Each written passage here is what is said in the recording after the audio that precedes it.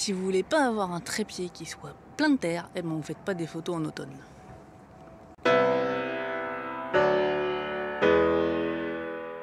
Salut tout le monde, aujourd'hui on se retrouve pour une balade en forêt. Donc j'ai commencé par vous montrer un petit peu ce que j'ai pris. Comme vous voyez, je suis pas toute seule, il y en a qui sont plus sportifs que moi. Donc pour faire des poses longues, en fait, j'ai pris le Bifree. Voilà, tout bêtement, hein, pour avoir un minimum de stabilité avec l'appareil. Sur lequel je vais mettre à mon avis pour avoir des poses longues de l'eau, des filtres de densité neutre. Ça va me permettre en fait d'avoir des beaux effets un peu laiteux sur l'eau. Avec la lumière et les réflexions qu'il y a là, ça va être magnifique. J'ai mon 5D Mark III, hein, comme toujours. J'ai pris mon 17-40, mon 50 mm et mon 85, en fait mes trois objectifs. Et le kit Trigger Trap qui va me permettre en fait de faire les poses longues.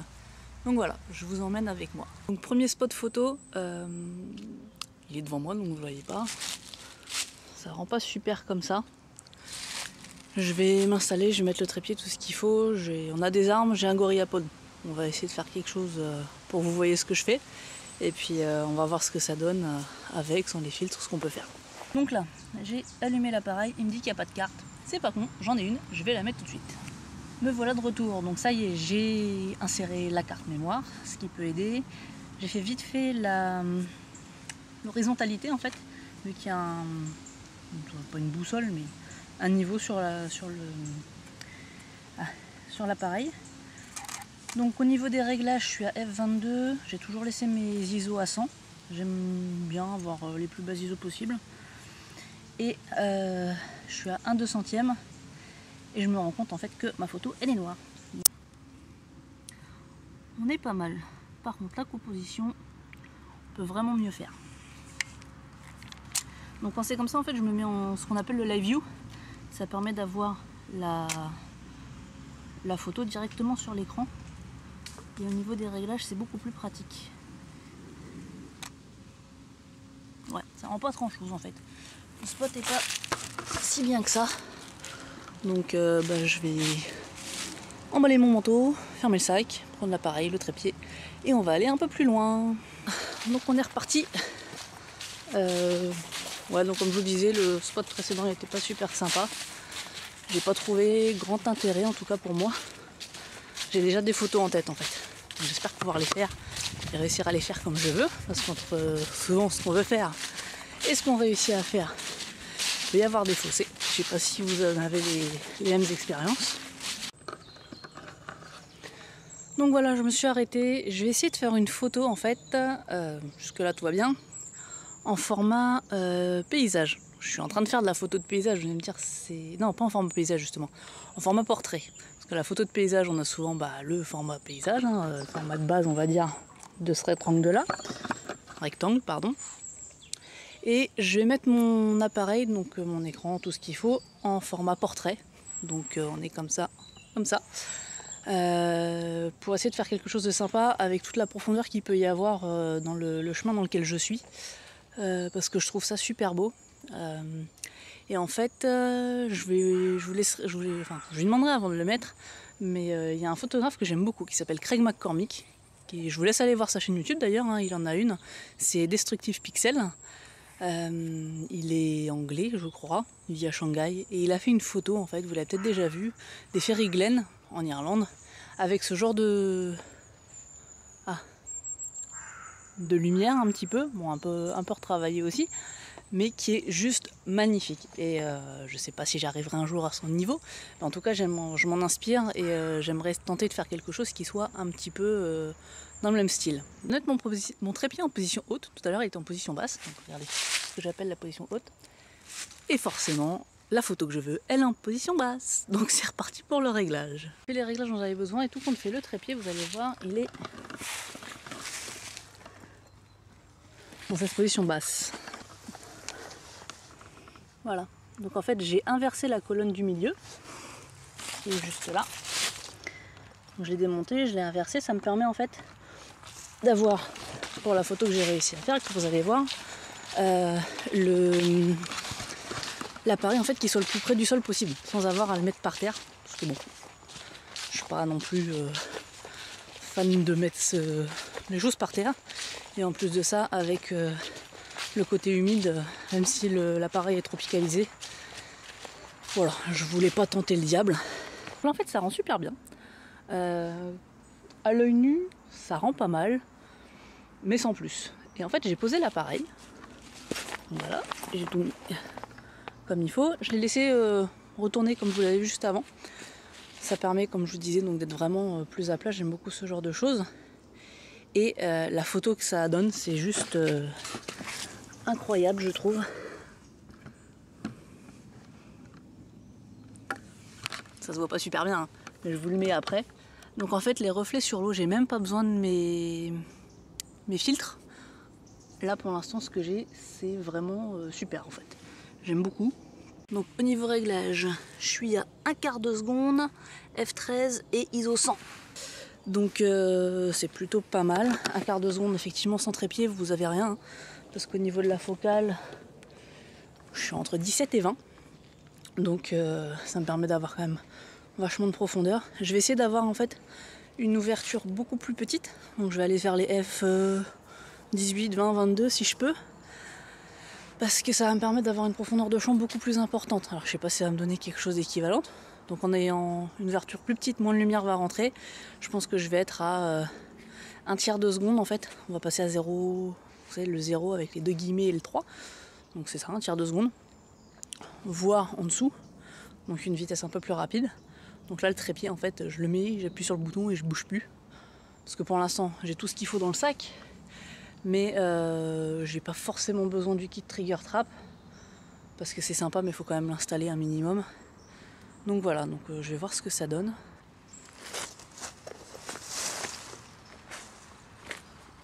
Comme je vous disais tout à l'heure, en fait, ouais, je suis arrivée à f22 et un quart ou un tiers. Une demi-seconde. Donc au final, pas besoin de kit. En laissant les kit trigger trap, en laissant les ISO à 100, je suis pas mal. Il y aura un peu plus de luminosité, en fait, ça commencerait à être compliqué. Après, voilà, l'effet laiteux de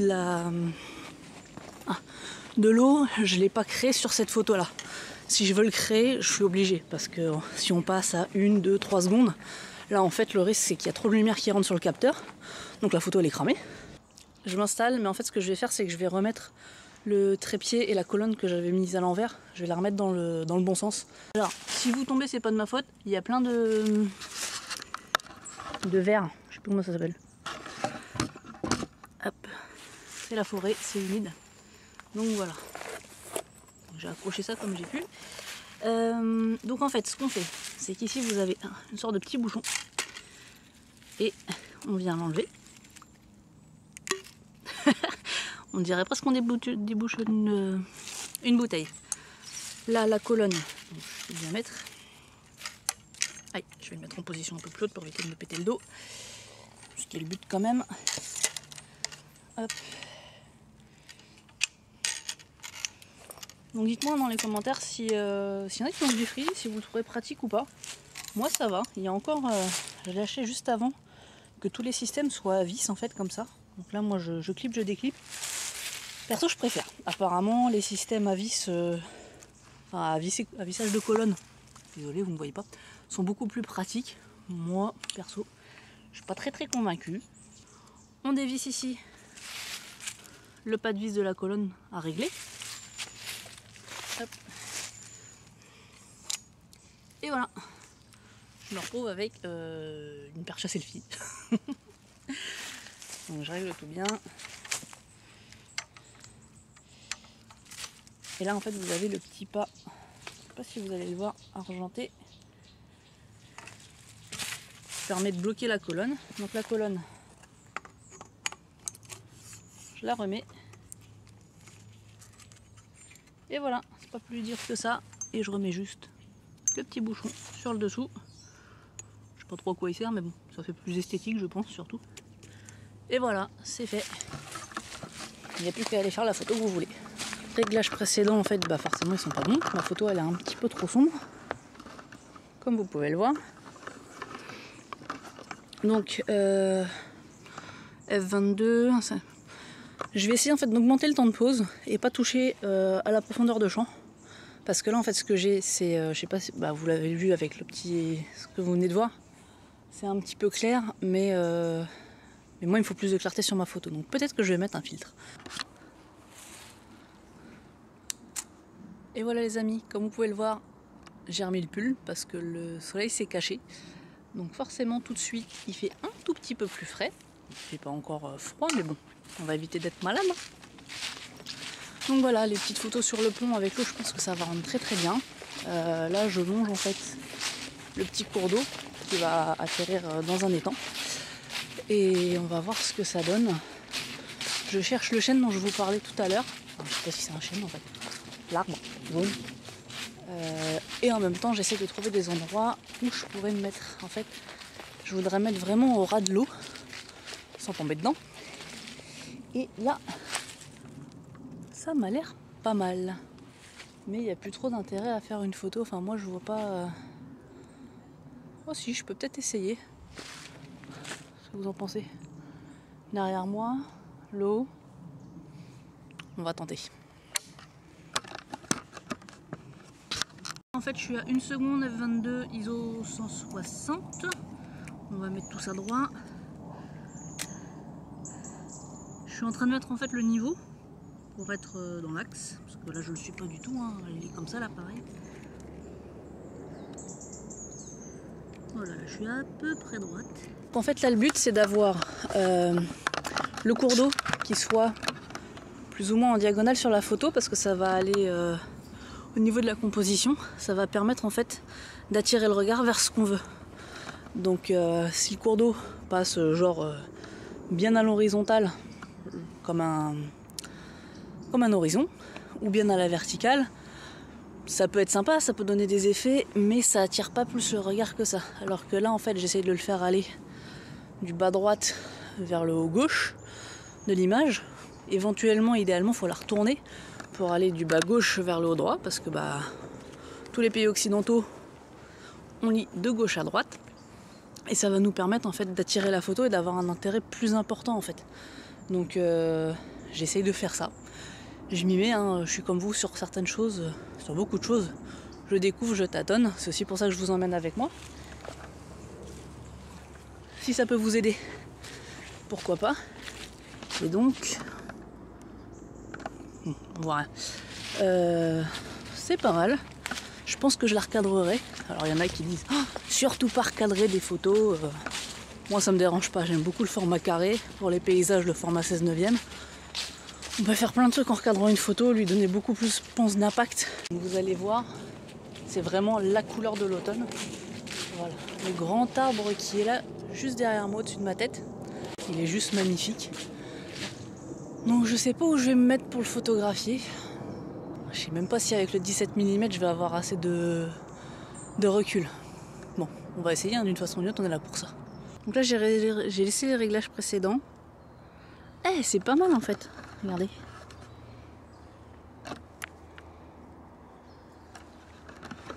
Ce qu'il y a, c'est qu'il est caché par d'autres arbres. Donc je vais certainement bouger un petit peu, zoomer un peu d'ailleurs.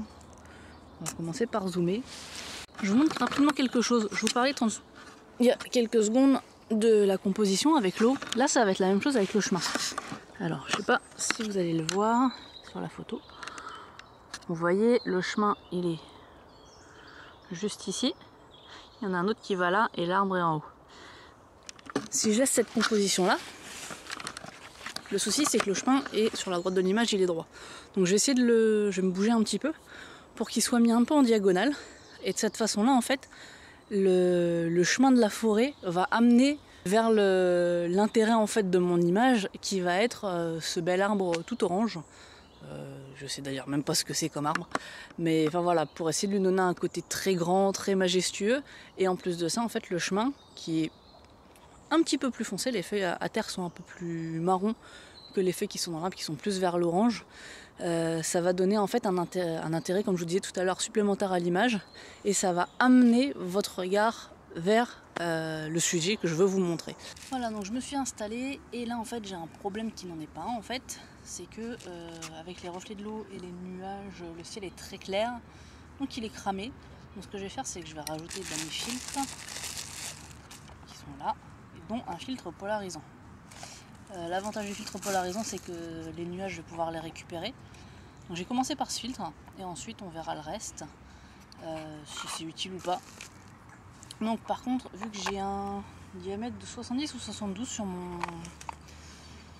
sur mon objectif, là le 17-40, et que mon filtre il est à la base pour un diamètre 58, comme vous pouvez le voir là, hop,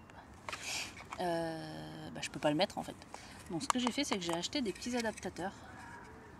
Donc ça va me permettre de mettre mon filtre 58 sur mon diamètre 70 et c'est super pratique.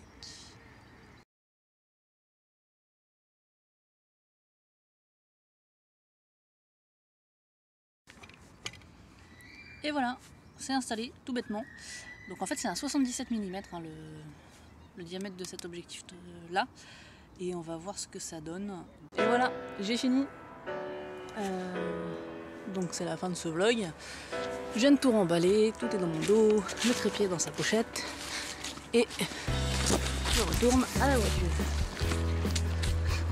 Ça se vide progressivement parce qu'en fait tout à l'heure quand je dis oh, il est à peu près 4 heures. J'ai regardé l'heure, peut-être, je sais pas, quart d'heure, 20 minutes après. Il est 5 heures. Enfin, il était 5 heures. Donc voilà. Donc, j'espère que ce vlog vous aura plu.